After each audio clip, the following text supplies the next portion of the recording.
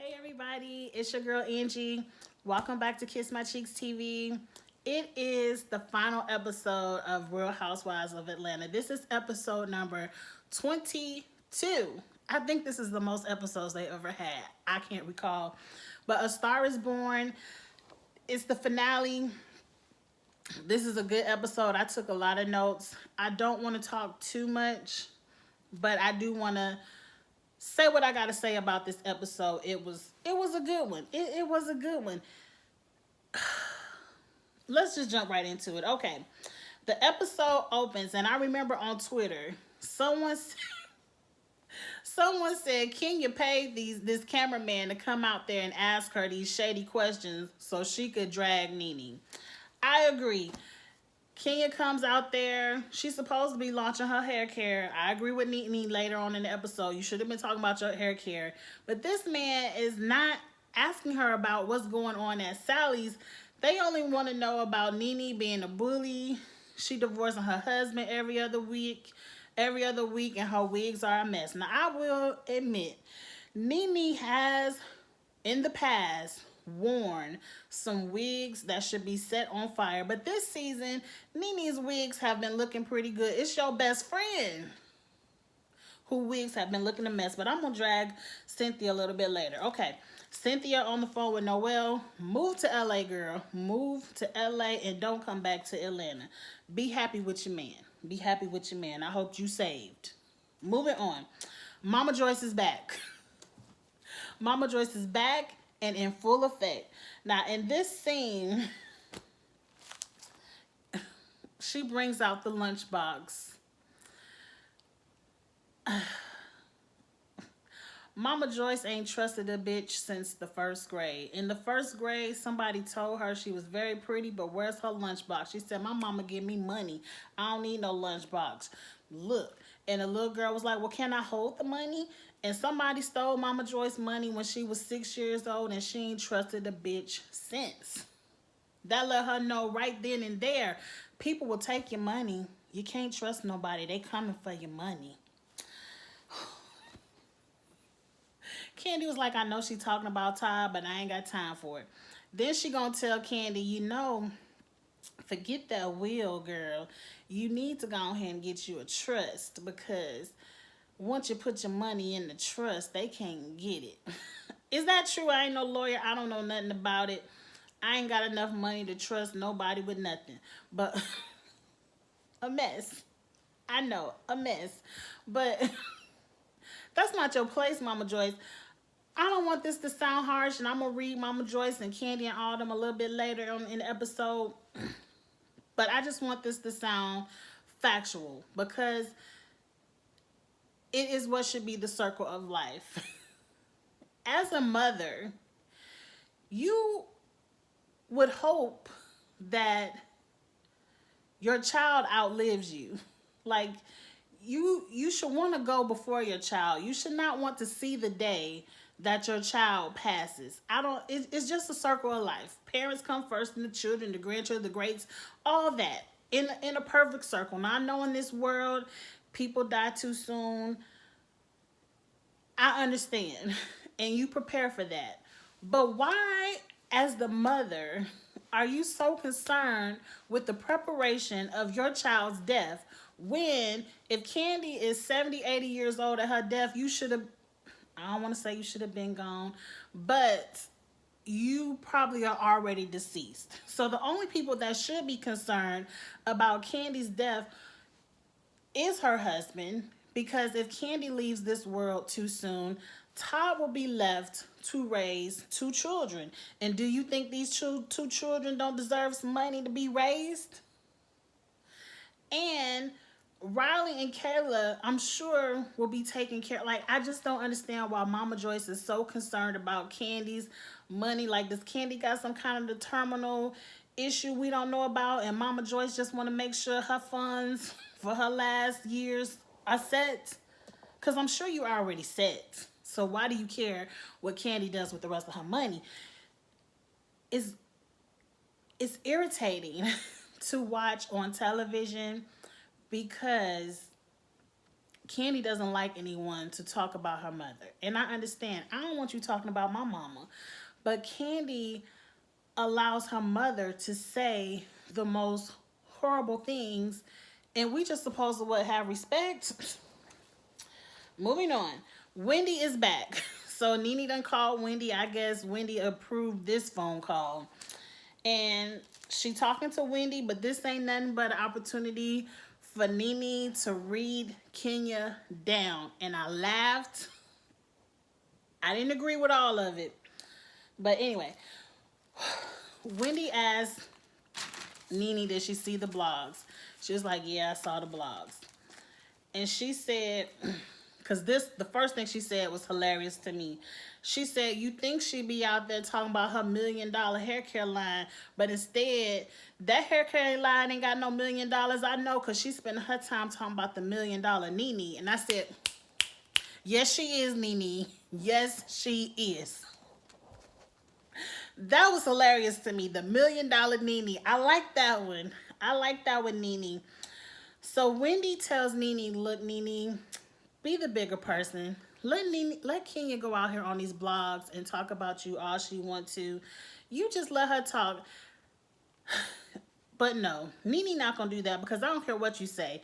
If you got a camera in your house and you about to get ready to read Kenya down, I don't care if you are on the telephone talking to Wendy Williams. The Bravo cameras are there. These reads will be aired, and it is hilarious. So, the first thing Nene says is, what marriage license? She ain't Holly Berry. She ain't J-Lo, Beyonce. We found all their marriage licenses. We ain't found Kenya's. You can't get divorced if you ain't never been married. That I've been saying that for weeks. Check my videos. I've been saying that since the beginning. You can't get divorced if you ain't never been married. That's probably why they're working it out. And they probably going to try to pay somebody to backdate the marriage license whenever they do get married. Watch. So the second thing she says, she says they ain't got no marriage. All they had is a handshake for a baby. And she says, where's her egg? Where did she go find the egg?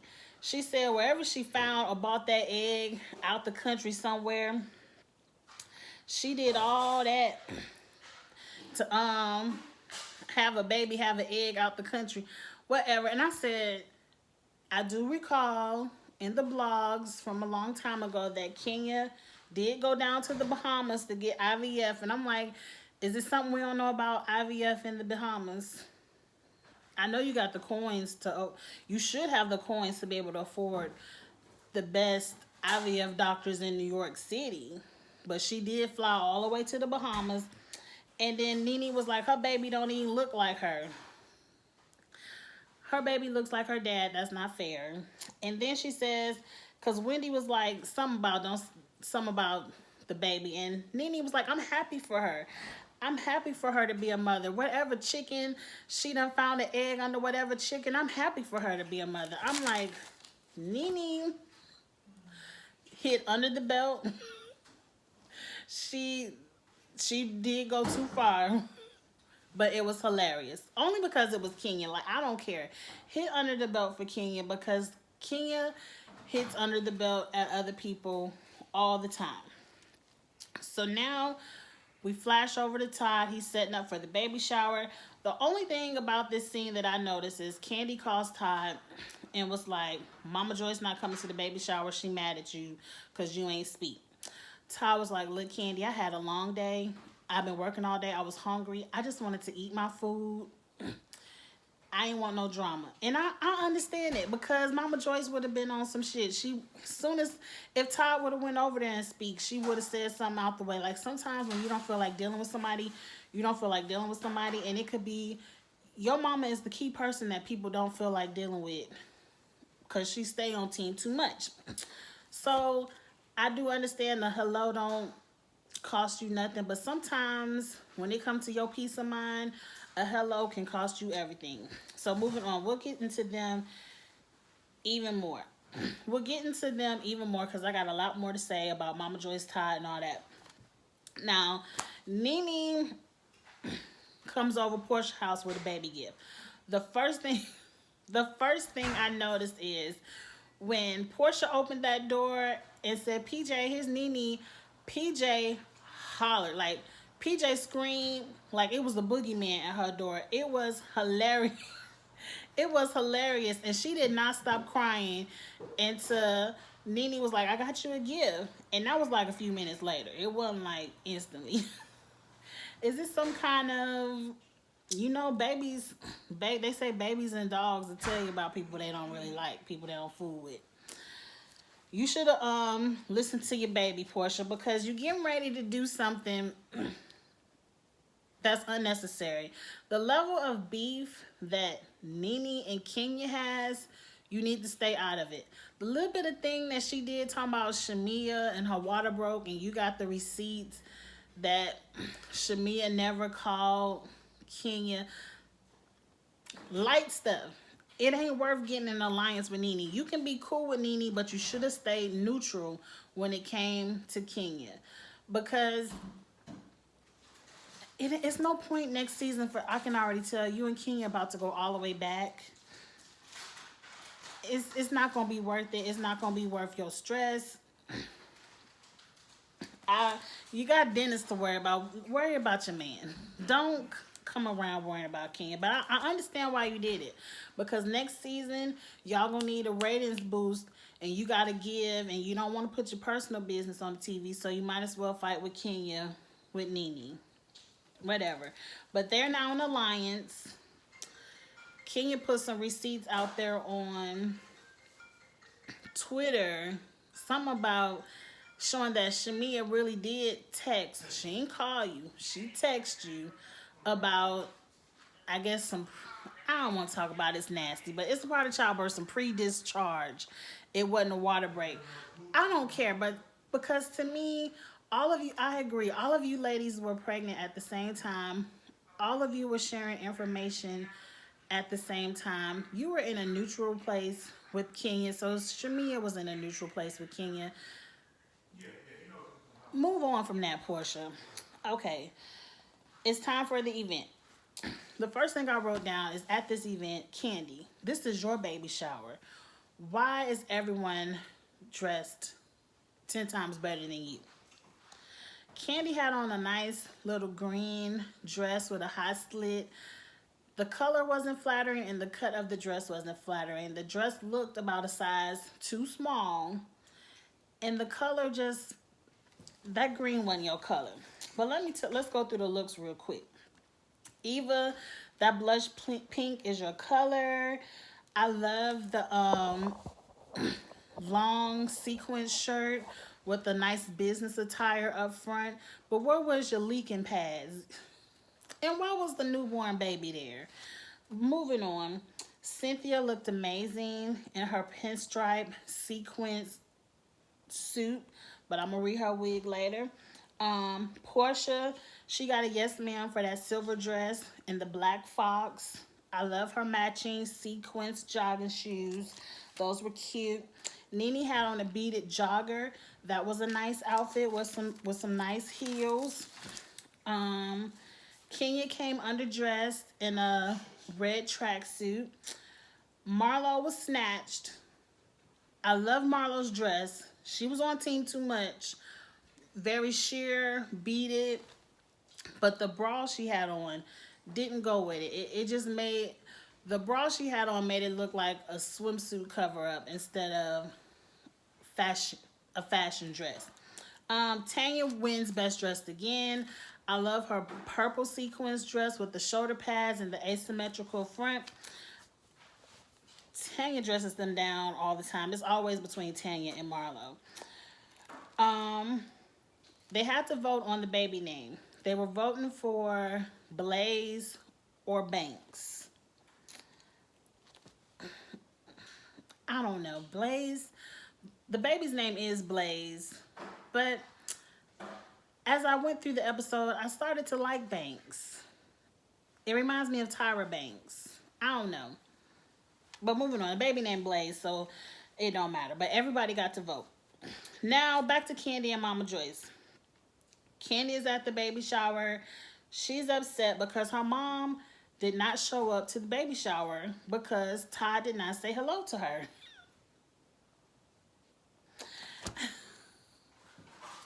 This is where I want to read Candy and Mama Joyce for a little bit. How are you mad at Todd that your mother, who is a master manipulator, did not show up to the baby shower because Todd did not speak to her after your mama just went on a whole tirade of telling you to set up a trust fund because your husband might steal your money from her and them children if you were to die? And she ain't trust the bitch since she was 6 years old. Like, I don't understand how you're more upset over here and not over here. Your mama is the petty one. You telling me this is her last grandchild. You don't have any more embryos. You already said this is your last child. So your mother, I felt like that was, I felt that was very dirty for her not to even show up to the shower. Like, she could have came to the shower and not even talk to Todd. Or she could have came to the shower and cussed Todd ass out. But she should have showed her ass up. By her not coming to the shower, she's playing mind games with you. And that's how she has you all wrapped around her finger. Because she knows that you value stuff like that. And when she doesn't get her way and she snatches that away from you, that hurts you. And she knows that's how she can play you. Because she'll be like, oh, he ain't gonna apologize to me. Well, I ain't coming. It needs to come to a point, Candy, where you tell your mama, well, don't come then. Or stop inviting to her stuff in general. You can't respect my husband. You can't respect my family. Then you don't show up. And that's why your husband is pissed at you. But you can't see it. Forget them sex scenes. Forget them spending too much time away at work. What's going to mess up your family is you not putting Mama Joyce in her place. This woman has called Todd's father a pimp, her mother a hoe. Ain't no mountain high enough, ain't no valley low enough for her not to be on his ass. He done tried to sleep with your best friend Carmen. Your mama has said some of the most vile stuff on TV about your husband and has never apologized. The only time she apologized about the Mama Sharon stuff was when his mother passed away. She apologized and was nice to him for maybe one season. And then she was right back on his ass talking about you turned lemons into a lemonade. I'm telling you, until you put your mama in check, you always gonna have a problem over here with your husband. And you grown enough to where you can respectfully tell your mother to respect your family. And if she can't, she can go ahead and pay her own rent. Go ahead and get her own house. I'm telling you. Now, we got to see. So Todd comes up because Candy want to argue. And Todd come up and says, you either want to argue or you want to enjoy this party. And that hit home because I'm like, it's like, you want to argue or you want to enjoy this party? Because I know how I am. Sometimes when you, as a woman, you ready to argue, it ain't even that you ready to argue. You just want to say what you got to say. And when someone cuts you off from saying what you got to say, you pissed. You don't want to argue. You just want to say what you got to say. But Todd was like, no, ma'am. This your baby shower. You want to do the baby shower or you want to argue about Mama Joyce? Because I don't want to talk about Mama Joyce. And then Candy said what she had to say and she walked away. She went and greeted everybody. I saw Auntie Nora there. But what was Auntie Bertha? I said Auntie Bertha petty ass was probably sitting at the house with Joyce. I'm telling you, them two. And I like them. They are TV gold because they say the most funniest things. But sometimes it's when it's towards Todd, it's very disrespectful. And they need to respect Todd. Period. This man has opened up businesses and you ladies' name made them very successful, many locations, giving you all a percentage, and you still ain't got no respect for this man. He has 2 children with your daughter, 2 of your grandchildren, and you still think this man wants Candy for her money.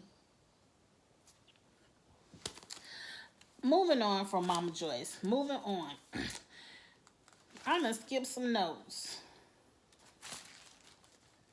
Oh, I ain't skip notes. Okay, so now Eva, at some point, Candy is telling Eva in the circle about Mama Joyce not coming. It's like, oh, Mama, she'll be here. And Candy is like, no, she ain't coming. Because she know how petty her mama is. I'm telling you, you should have disinvited her. You should have said, Mom, if you can't apologize, you don't show up. Because to me, someone not saying hello to you is not a reason to not show up to your final grandchild's baby shower. Now, mind you, my mama always said, after that first baby shower, you don't get no more baby showers. You only get one baby shower out of her. Moving on. But Eva comes up talking about, you gotta respect your mama. I mean, you always gotta have respect for the mama. And I'm like, Eva, shut up and back off. You don't even know the situation. You wasn't even in the Housewives when Mama Joyce was doing all the disrespectful. Have you watched? Have you watched all the stuff that Mama Joyce has done to Todd in the past? If not, shut the F up, Eva. So now all the girls are at their table together, which they have to do. It's the last scene of the show. Everyone's come together. Someone has to bring up the blogs. I don't care. It could have been Marlo. It could have been Cynthia. It could have been Portia. The producers told someone to bring up them blogs. Y'all were going to talk about it. It's the finale. So I don't blame Marlo for bringing up the blogs. What was funny is Kenya actually read them. That was funny. They call each other bullies. And she was like, you a bully bitch. You a bully bitch. You tried to spit on me. If I wanted to spit on you, I would have spit on you. Blah, blah, blah. All that arguing. Candy is over it. She's going up to the stage. She wants to recognize Shadina is the lady's name. And recognize the baby. And Candy bent over Kenya and Nene fighting. But as soon as Candy leave, they still, you spit on me, I ain't spit on you. You spit on me, I should have spit on you. You don't want none of this. You don't want none of this. Moving on. So now, they stop arguing for a little bit. Now, I might backtrack a second. Months ago, there were all these blogs that at the taping, and all the castmates were talking about this huge, Kenya and Nene went to blows. It was this huge fight at the finale, and no. They had to be broken apart. I'm like, none of this happened. Like, that's why you can't rely on the blogs to tell you what's going to happen for the season. Because I'm going to say 60% of the time is false. But moving on. So, all the arguing is over. Kenya, for whatever reason, wants to ask Shamia. She gets up from the table, walks all the way around. Shamia is standing right behind Nene and wants to be like, Shamia, you understand what I'm talking about? And I'm like, bitch, Shamia wasn't even in Greece. How Shamia gonna understand if she wasn't even there? But you wanted to come around, and I'm 100% with Portia. You walked around and stood behind Nene and started talking about the situation again with Shamia to provoke Nene. You got into her personal space. And if she would have reached around and pushed you or put hands on you to get you out of her personal space, you got up first, Kenya. You could have asked Shamia from across the table, Shamia, you understand, right? You ain't have to get... Kenya is very calculated. She did that shit on purpose. And Eva and Cynthia, y'all some damn fools if y'all can't see it. Y'all very provoking. And see, if Nene would have reached around and slapped her or even pushed her and be like, bitch, get away from me, then Kenya would have cried victim. Oh, she put her hands on me. And here come and did you also peep that security pulled Kenya away from the situation, not Nene. Because Kenya, you got your ass up. Nene only stood up when you were standing up from behind her. We all know you don't run up on people. You always in people personal space. You always want to, you didn't start that argument. I'll give you that. But you always want to argue with someone. And so you could look like the victim. You want to follow them. You follow Portia out of that restaurant. You follow Phaedra out of that restaurant. You pulled Kim Fields' chair when she was done talking to your ass. You got all scared in Miami when you just had to have something to say to old girl nephew. And he was aggressive, but he got into your ass. When you was talking at that pillow talk party many seasons ago, you were the one who got up and walked across the room and started the fights in that situation. You always getting up. Sit your ass in your seat, Kenya. But moving on. So now, after all that, Cynthia has the nerve to say, what 55-year-old lady always want to talk about fighting and whooping it? I'm like, bitch, you shut up. Talking about it's not a good look. I said, no, Cynthia, what's not a good look is that wig sitting on top of your head. That's what's not a good look. Your 50-year-old friend getting up out of her seat to go stand behind Nene is not a good look. But y'all, you always want to pick friends with somebody whose ass you can climb up in. I don't get it, Cynthia. You ain't even need to stop it. I'm telling you. Y'all need to stop it. This friendship, I don't understand how, to me, true friendship is when you can tell somebody they wrong. True friendship is not blindly agreeing with the bullshit that your friend does. Back to the goodness of the show. Shadina is on stage. Kandi introduces everyone to Shadina. Todd apologizes to Kandi. He was like, I was not a good husband tonight. I apologize. And I apologize to Mama Joyce. I'm tired of Todd having to always apologize and be the bigger person when he's the one who does nothing wrong. Not true enough, you can apologize sometimes. As a man, some men do it just to apologize, to shut up the argument, move on. I'm sorry. But it's sometimes when I'm hoping they doing the Mama Joyce counseling off camera and not this bullshit counseling they doing on camera. Someone needs to reach Kandi and let her know what's going to break up your marriage is allowing your mama to keep disrespecting your husband like that, because eventually Todd is going to have enough. They announced that baby Blaze is going to be the baby's name. Congratulations. By the end of the episode, I kind of like Banks a little bit. That's cute. That's different. Blaze just kind of sounds like a stripper name to me. But moving on, Bravo was very shady. You know how they put the words at the end of the screen. They said Kandi is enjoying spending time with her family thanks to the shelter-at-home orders. Like, if it wasn't for this quarantine, Kandi would have been peaced out on baby Blaze a long time ago. Everyone else's messages at the end were boring. Even Cynthia can go and bring on the Zoom reunion.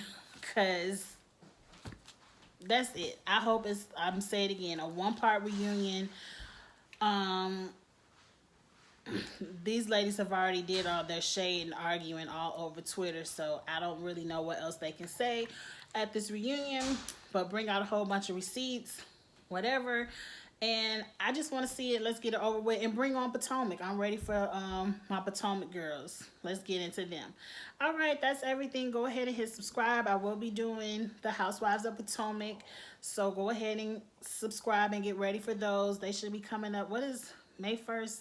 It's not this. May 1st is not this weekend, so maybe in 2 weekends. And we'll get ready and like, comment, share all this good stuff, and I will talk to you all later. Bye.